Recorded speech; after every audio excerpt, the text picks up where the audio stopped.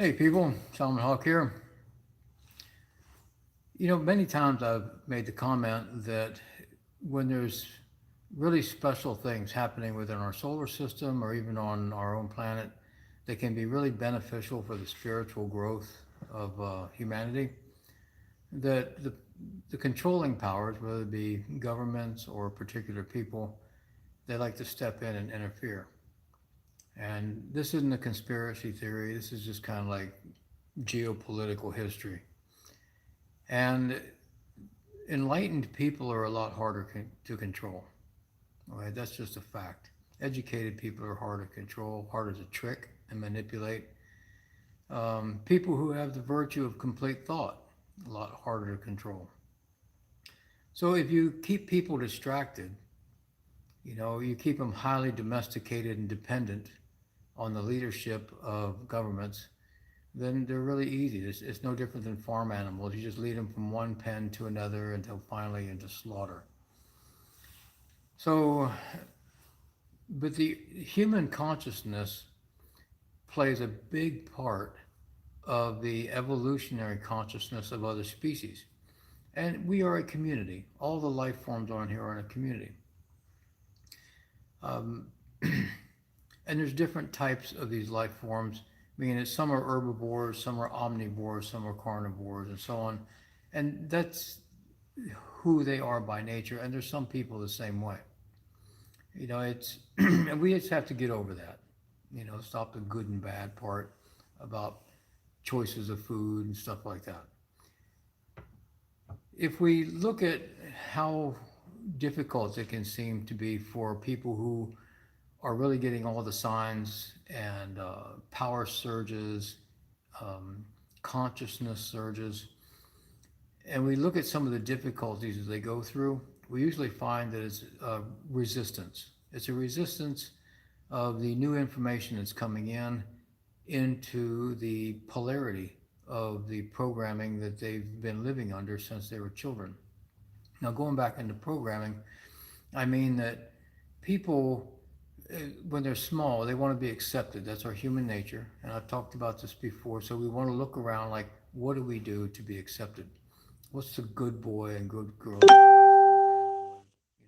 so on. And we learn this, and this is restricted to our immediate environment, our family, our close circuit, school, religions, and so on. And we can go someplace else and see a different perceived reality. But when the earth, all right, earth consciousness, nature consciousness, has this surge of information and energy signatures that can be very beneficial for humanity, it comes up, and these things are so abstract. Remember now, the earth language, okay, the communication from the earth consciousness is not the spoken word. It's pictures, sensations, symbols, and you need that clear, unprogrammed, and still mind to be able to allow those symbols and energy signatures to resonate on you so you can interpret them your way. So the problem then comes with these messages is inaccurate interpretations. So in other words, if somebody's like really fighting their religious programming and the message comes in from the earth, it's like, get up, go far, and then your materialistic mind just says, oh, I'm getting the message to go up and buy a car. Well, almost, the car might take you far, but no, you kind of missed it. So we have to go back into our own personal programming and say, look at all your belief systems and go, what do I really believe? Pick any issue, politically, socially, or whatever, and go, here's my opinion on that. And then ask, is it really my opinion? Or did somebody give that to me and I just accepted it to fit in? Or I didn't see any other opinion, so I said, yeah, okay, that makes sense. We have to do that because we are just bombarded with this stuff since we're kids. Well, right now, when I'm listening to people talk, it's really obvious and confirmation for me that the earth is going through this other surge of power. And this is an opportunity for us, if we can get past all the distractions that we're seeing on the social media if we can really hold the space and be still in mind and not get caught up emotionally in what's being thrown at us, all this stuff that's being offered from the earth and from nature itself is readily available. It's like a store just opening the doors and saying, please help yourself. Anything on the shelf is yours. It's really that easy. I talk to people all the time talking about how difficult it is to change the life, to do all these other things. Well, a lot of that's fear, fear of rejection, fear of what people are going to say about you, to you, blame you for, and in this time period with these kind of power surges, relationships are usually the first things to get hit because the person now, when they're integrating with this other information, is no longer the older person that they were just before that. They're changed. And you really can't help but be changed. And again, this is another thing that's perceived as this is a difficult process. Well, again, it's the resistance. The fact is, if we want to evolve and we have to accept the change, we have to accept the energies that we're asking for. If we're saying, yeah, I don't like the way things are going, I really want to change, and you're making this kind of a prayer or a commitment, and now you have the opportunities and you don't do it, again, you're resisting the gifts that you asked for. So yeah, relationships are usually the first thing to really fall on this. Marriages dissolve, relationships dissolve, or change, because the people really love each other, they want to stay, but then one person's going through this other phase that changes their behavior patterns. And they need to change those behavior patterns to integrate further with the knowledge that's coming towards them. So yeah, in a lot of my work, I'm helping people go through these changes, but then I'm also trying to be relationship counselor, which I'm really not qualified for. All I can really do is try to explain how I see the changes that people are going through and try and empathize with the other person in the relationship that's not experiencing what their partner is experiencing. So if we're holding on to, like the programming, again, it just makes it difficult. If we really say that we want to love the person we're with and we really want to be supportive of them, we also have to support the journey that they're going on. And sometimes that can be away from us. So, and this happens all the time in shamanic relationships, especially between two shamans. See, you can have a shamanic relationship where you have the shaman and let's say the everyday person. The everyday person has to be okay with the spontaneity and nomadic life of the shaman. With two shamans, now it's that squared.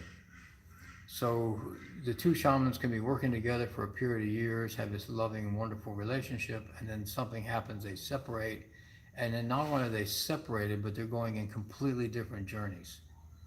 That doesn't mean they're not together, per se, by heart-to-heart connection. It just means that on the earth plane, they're just going down different roads. So if we're going to say this is hiking, and we're walking down and this person sees a path, this person says, I want to climb the cliff, and the other one, oh, I want to go into the river. Well, they separate. They can meet on the other side of the river, the other side of the cliff, with the benefits of their journey. So, there's so many metaphors you can use for this. But the basic thing is to accept the journey of the other person.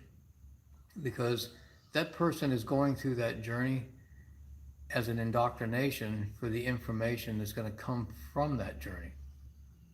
All right, I guess it's hard for because people just go, but then they leave me. Well, it looks like that if you just want to look at it only on the physical plane in your immediate gratification or your immediate environment of your home and so on. But if it's truly a heart-to-heart connection, they didn't leave you. All right, they're just doing their thing for a little while. And instead of getting all emotionally upset about it, it's best to go ahead and accept that and share that with them, learn from it. Yeah, your relationship may change. You may love in a different way. But the fact is, if you really want to grow together, one of the directions you can grow is apart, but it can also just be temporary. It's Well, I, I don't know how much other ways to explain it. But let's go back to what's happening now. I mean, there's been several times in my life where I've really watched these surges of power come up and these gateways, these vortexes, whatever new age cliche you want to use. And this one now is really about manifestation and skill integration. So I've been watching over the last few years of the people I've worked with, really incorporate skills quickly. You would think that they've been practicing some of these things for a long time, especially when it comes on to the energy healing, the hands-on healing, the crystal work, any of the absolute abstract healing skill sets. I've been watching these people just really break through their programming and really do this. Now, of course, the pharmaceutical industry, the medical industry is just like, no, because yeah, you can come to I've made so many healing circles, I lost count, and so many people have come and healed from ailments they've had for 20 plus years. They've had terminal illness and gotten better, and their test results are like great when they go back. Um, and of course, the doctors say, well, it must have been something wrong with the instrument, right? So, but I've been watching this just increase at a phenomenal rate. And this is all really happy for me to watch. I love this. I love this part of my work. But it comes from the supportive environment, because the thing that I do with these people that really helps them allow the improvement to change within themselves is to help them go through their programming, which is usually saying that what they're trying to do is impossible. It's for new age flakes. It doesn't happen. It only works in movies and so on. And I help them get the acceptance to allow themselves to come to one of the healing circles or the sweat lodges and watch what happens to the other people who came there to be healed. And then they also feel the effect on themselves. And it's like, okay, well, no, it's not a trick of Satan or any demons. This is just a natural power of humanity. It's perfectly natural. It's just that it's been covered up by the media, the church, and whoever. Because when you're in your power like this, you can't be controlled. You'll always be free no matter your environment. And so I would always do these healing circles with people so they could experience this stuff firsthand and feel it. Watch it with their eyes, feel it on themselves, and then the next step is to have them participate and say, see, you can do it.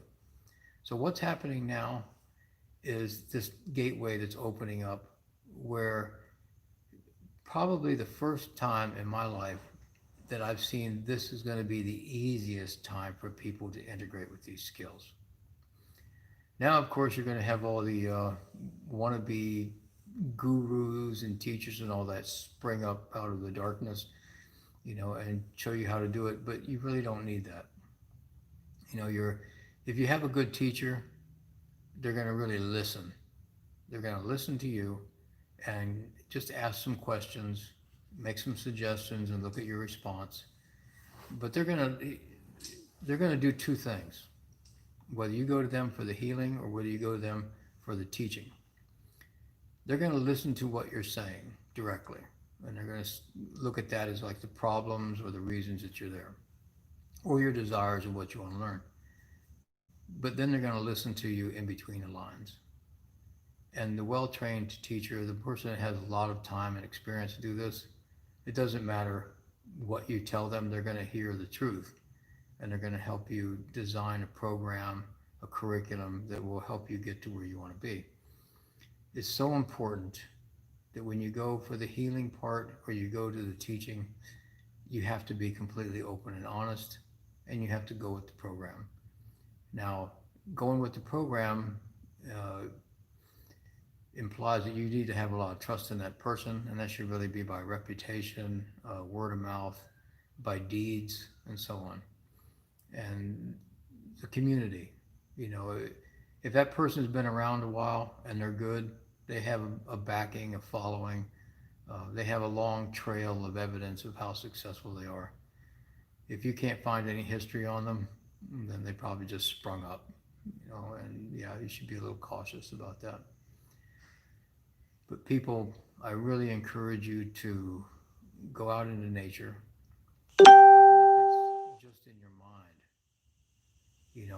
Think about the times that you've been out in nature. If you live deep in the city, go to parks. Remember, every tree, every plant is an antenna that's connected to the network of nature worldwide.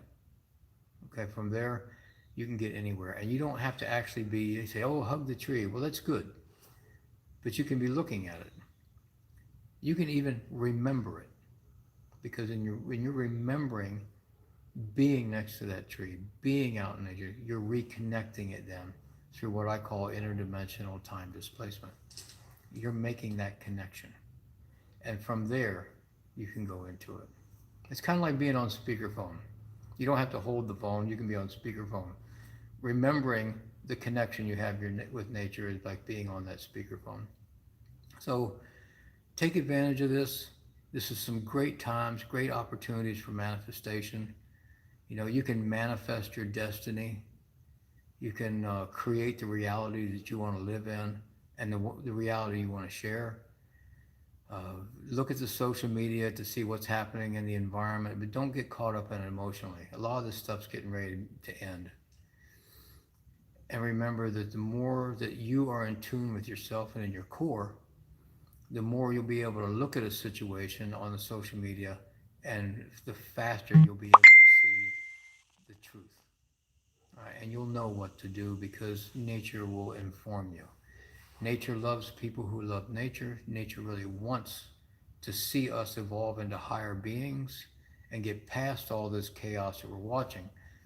And I will remind people in almost every video, the people who are causing the problems, whether it's governments, whether it's the protests and riots, are the tiniest parts of the population.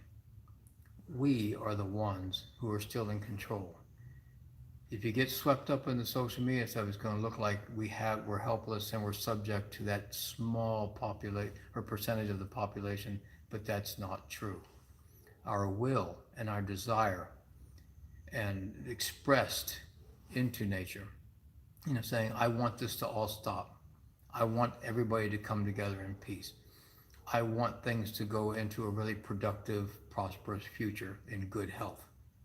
If we just want that, this is why China, and governments like that break up mass meditations. They understand the power of that thought. They understand the power and desires of the masses that are synchronized to do something. That's physics. Metaphysics and physics have a lot in common. All right, so remember this. Just our thoughts. Don't underestimate the power of desire. If you want the peace, you want everybody to be unified in a really healthy way, prosperous way, then that message, that it pulse radiates out from your center, and other people will want the same thing. And you make a post, a comment, just put it out there in your prayers. It does work. I promise you this. I mean, absolutely from my heart, we can do this. So let's think about that.